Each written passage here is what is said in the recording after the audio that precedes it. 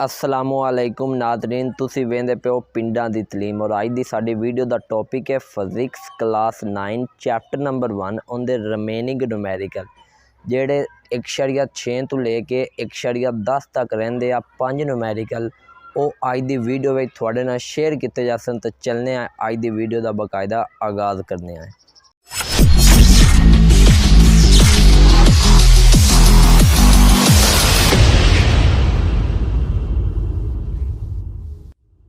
Numerical number 1.6 इसकी statement पढ़ते हैं। On closing the jaws of vernier calliper के जाज को बंद करने पर zero of the vernier scale is on the right to its main scale. यहाँ पर एक पॉइंट आ रहा है, ये राइट, ये आप ध्यान में रखें। ये जो पॉइंट राइट ये हमें बता रहा है कि जब वर्नियर स्केल का जो जीरो है वो मेन स्केल के राइट पर हो तो इसका मतलब होता है कि जो वो जीरो एरर है वो पॉजिटिव है। मतलब अगर राइट पर होगा वर्नियर स्केल का जीरो, मेन स्केल के राइट पर होगा तो पॉजिटिव जीरो एरर होगा, और अगर लेफ्ट पर होगा तो नेगेटिव जीरो एरर होगा। इस न्यूमेरिकल में राइट लिखा हुआ है तो मतलब पॉजिटिव जीरो एरर होगा। एक बात तो ये हमें इधर से पता चल रही है, such that fourth division of its vernier scale coincides with one of the main scale division। दूसरी बात पता चल रही है कि फोर्थ डिवीजन जो है वर्नियर स्केल की वो मेन स्केल डिवीजन के साथ कंसाइड कर रही है।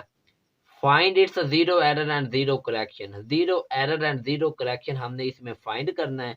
तो ये सिंपल सा न्यूमेरिकल है, इसको हम सॉल्व करते हैं। पहले हमने जीरो एरर मालूम करना है, तो जीरो एरर के लिए हम क्या करेंगे, जो हमें दे दिया गया ये डिवीजन फोर्थ डिवीजन दे दी गई है, तो इसको हमने least count of vernier calliper के साथ मल्टीप्लाई कर देना है, तो उससे हमारे पास जीरो एरर निकल आएगा। तो जीरो एरर को सॉल्व करते हैं। जीरो एरर को ZE में लिख देता हूँ। ये जीरो एरर, ये फोर्थ डिवीजन है, तो 4 को हम मल्टीप्लाई करेंगे least count of vernier calliper जो कि होता है 0.01 सेंटीमीटर। तो जब हम 0.01 सेंटीमीटर को 4 से मल्टीप्लाई करेंगे तो हमारे पास जो जीरो एरर आएगा वो आएगा 0.04 सेंटीमीटर। ये तो आ गया इसका आंसर। लेकिन आप अगर स्टेटमेंट को देखें तो इसमें जो राइट आ रहा है ये हमें बता रहा है कि जीरो एरर पॉजिटिव होगा, तो इसलिए हम इसके साथ सिंबल लगा देंगे पॉजिटिव। तो ये हमारे पास आ जाएगा जीरो एरर का आंसर। अब हमने मालूम करना है जीरो करेक्शन। तो जीरो करेक्शन मालूम इस तरह होता है कि जो हमारे पास जीरो एरर है उसको हमने रिवर्स कर देना है। मतलब अगर तो पॉजिटिव में आ रहा है तो हम नेगेटिव में कर देंगे, पॉजिटिव है तो नेगेटिव कर दें, अगर यहाँ पर नेगेटिव है तो पॉजिटिव कर दें, तो वो हमारे पास जीरो करेक्शन बन जाता है। तो अब जीरो करेक्शन लिखते हैं जिसको मैं रिप्रेजेंट करता हूँ ZC के साथ। तो ये प्लस है तो हम इधर माइनस लगा देंगे, माइनस, बाकी सारा कुछ वैसे आ जाएगा, -0.04 सेंटीमीटर। तो ये हमारे पास जीरो करेक्शन आ गई। तो इस तरह हमारा ये न्यूमेरिकल नंबर 1.6 सॉल्व हो गया। उम्मीद है कि आपको समझ आ गया होगा। अब हम चलते हैं न्यूमेरिकल नंबर 1.7 की स्टेटमेंट की तरफ। A screw gauge has 50 divisions on its circular scale। मतलब नंबर ऑफ डिवीजन हमें दे दी गई है, कितनी है, 50 है। The pitch of the screw gauge is 0.5 millimetre, और पिच भी दे दी गई है, वो कितनी है, 0.5 millimetre. What is its least count. इसका लीस्ट काउंट हमने मालूम करना है। सबसे पहले हम डाटा राइट डाउन कर लेते हैं। वो में क्या दे दिया गया, नंबर ऑफ डिवीजन दे दी गई है, number of division on circular scale, और वो हमारे पास कितनी है वो हमें दे दी गई है, वो हमारे पास है 50। तो हम इधर राइट डाउन कर लेते हैं, number of division on circular scale 50 है, और साथ में हमारे पास पिच भी हमें दे दी गई है, पिच ऑफ स्क्रू गैज, तो ये भी हम लिख लेते हैं यहाँ पर। तो पिच ऑफ स्क्रू गैज भी हम लिख लेते हैं, और ये हमें जो दी गई है वो है 0.5 मिलीमीटर। तो हम इसको राइट डाउन करते हैं 0.5 मिलीमीटर। इसके बाद टू फाइंड हमने what is the it's least count. तो लीस्ट काउंट हमने मालूम करना है, तो लीस्ट काउंट को LC से रिप्रेजेंट किया जाता है, इसलिए LC में लिख देता हूँ, और ये हमने सवालिया निशान लगा दिया, मतलब हमने इसको टू फाइंड करना। सोल्यूशन में जैसे हम जानते हैं एज लीस्ट काउंट का हम फार्मूला लिखेंगे पहले। तो फार्मूला लिखते हैं, least count is equal to pitch of the screw gauge, pitch of the screw gauge divided by number of divisions on circular scale. तो ये लीस्ट काउंट का हमारे पास फार्मूला होता है, इसमें हम वैल्यू पुट करेंगे तो हमारे पास हमारा आंसर आ जाएगा इस सवाल का। तो ऑन सर्कुलर स्केल यहाँ पर आना है, तो हम वैल्यू को पुट करते हैं। पिच हमें दे दी गई है कितनी है, 0.05 मिलीमीटर, तो यही हम लिख लेंगे। और नंबर ऑफ डिवीजन भी हमें दे दी गई कितनी है, 50 है, तो यहाँ पर हमने 50 लिख दिया। अब जब हम इसको सॉल्व करते हैं तो हमारे पास जो आंसर आता है ना, वो आंसर आता है 0.01 मिलीमीटर, लेकिन हमें लीस्ट काउंट चाहिए सेंटीमीटर में। तो हम क्या करेंगे, इस 0.01 मिलीमीटर को डिवाइडेड बाय 10 कर देंगे और 7 सेंटीमीटर। तो जब हम इसको सॉल्व करेंगे तो इसका हमारे पास आंसर आएगा 0.001 और साथ में सेंटीमीटर। तो यही हमारे पास लीस्ट काउंट है। लीस्ट काउंट क्या आई है, 0.001 सेंटीमीटर। तो ये हमारे पास लीस्ट काउंट आई है, यानी कि इस सवाल का आंसर आया है। तो अब हम न्यूमेरिकल नंबर 1.8 की तरफ चलते हैं और देखते हैं उसकी स्टेटमेंट क्या कहती है। Numerical number 1.8, which of the following quantities have 3 significant figure. मतलब ये कि ये हमें 4 क्वांटिटीज दी गई हैं, इनमें से हमने बताना है कि 3 सिग्निफिकेंट फिगर किस में होती हैं। तो इसके लिए आपको सिग्निफिकेंट फिगर के रूल पता होने चाहिए, उनके मुताबिक हम देखते हैं। अब ये इसका जो ए पार्ट है 3.0066 मीटर।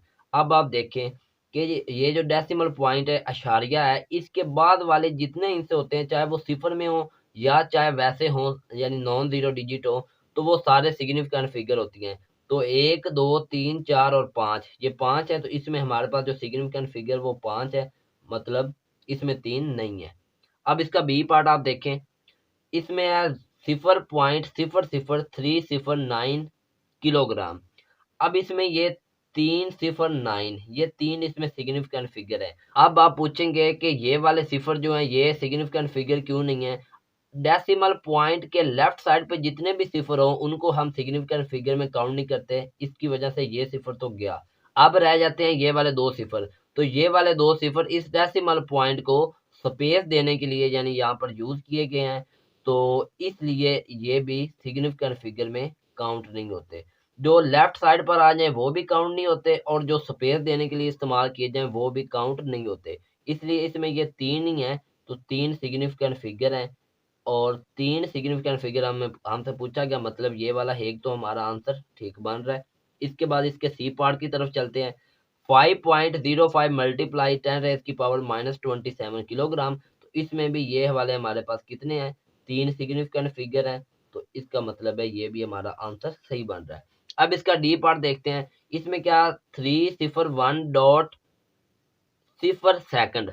अब देखें अशारिया के बाद सिफर हो तो वो भी हम सिग्निफिकेंट फिगर में काउंट करते हैं, तो इसकी वजह से 1, 2, 3 और 4 सिग्निफिकेंट फिगर हैं, और हमें 4 नहीं चाहिए, तो 3 वाले हमारे पास 2 जवाब है, बी एंड सी, वो मैंने आपको बता दिया। अब चलते हैं न्यूमेरिकल नंबर 1.9 और देखते हैं उसकी स्टेटमेंट क्या कहती है। What are the significant figures in the following measurements? अब हमने बताना है ये मेजरमेंट्स हमें दी गई हैं, इनमें कितनी कितनी सिग्निफिकेंट फिगर हैं। तो हम देखते हैं 1.009 मीटर। अब देखें अशारिया के बाद जो भी आए वो हम काउंट करते हैं, तो 1, 1, 2, 3, 4, तो 4 इसमें सिग्निफिकेंट फिगर हैं। तो मैं लिख देता हूँ कि सिग्निफिकेंट फिगर इसमें जो है वो सिग्निफिकेंट फिगर्स आर 4, इसमें है 4। अब इसका बी पार्ट देखें, तो इसमें वही चीज आ रही है, ये सिफर जो है ये डेसिमल पॉइंट के लेफ्ट साइड पर है, तो ये तो नहीं आएगा। इसी तरह ये वाले 2 जो सिफर हैं ये डेसिमल पॉइंट को स्पेस आउट देने के लिए आए हैं, तो ये भी नहीं आएंगे, मतलब स्पेस देने के लिए इस्तेमाल हुए हैं, तो ये भी सिग्निफिकेंट फिगर नहीं। पीछे रह गए ये वाले 3, 4, 5 सिफर किलोग्राम, तो ये 3 रह गए, तो इसमें सिग्निफिकेंट फिगर जो है वो 3 है। इसमें सिग्निफिकेंट फिगर 3 है। अब हम चलते हैं इसके सी पार्ट की तरफ। 1.66 मल्टीप्लाई 10⁻⁻27 किलोग्राम, तो इसमें ये 3 ही है, 1, 6 और 6, तो ये 3 बन गए, तो इसमें भी सिग्निफिकेंट फिगर्स आर 3। अब हम चलते हैं इसके डी पार्ट की तरफ, तो इसमें 2.001 सेकंड, तो 1 2 3 4 4 है, तो इसमें हमारे पास सिग्निफिकेंट फिगर कितने हैं, 4 हैं, तो सिग्निफिकेंट फिगर आर 4। इस तरह ये न्यूमेरिकल भी हल हुआ। अब हम इस चैप्टर के लास्ट न्यूमेरिकल नंबर 1.10 की तरफ चलते हैं और देखते हैं कि इसकी स्टेटमेंट क्या कहती है। A chocolate wrapper is 6.7 centimeter long and 5.4 centimeter wide. Calculate its area up to reasonable number of significant figures. अब देखें, हमारे पास एक चॉकलेट का रैपर है जिसको हम रेक्टेंगुलर शेप में यानी फर्ज कर रहे हैं।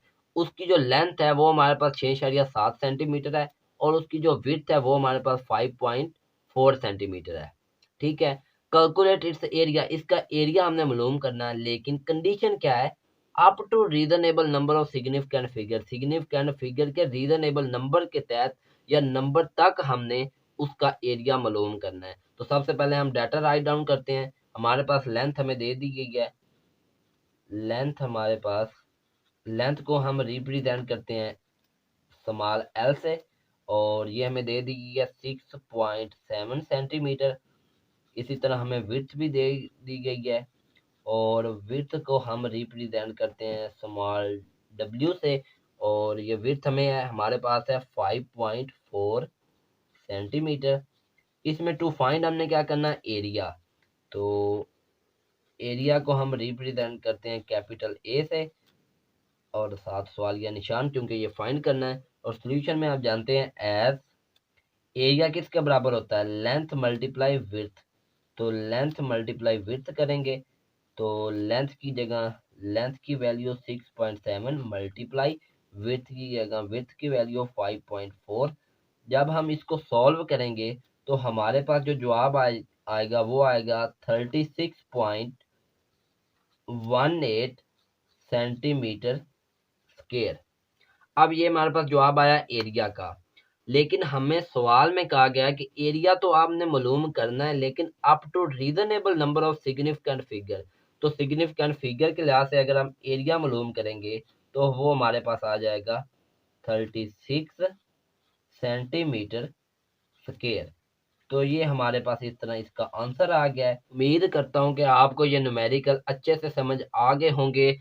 अपना ख्याल रखिए, टेक केयर, अल्लाह हाफिज।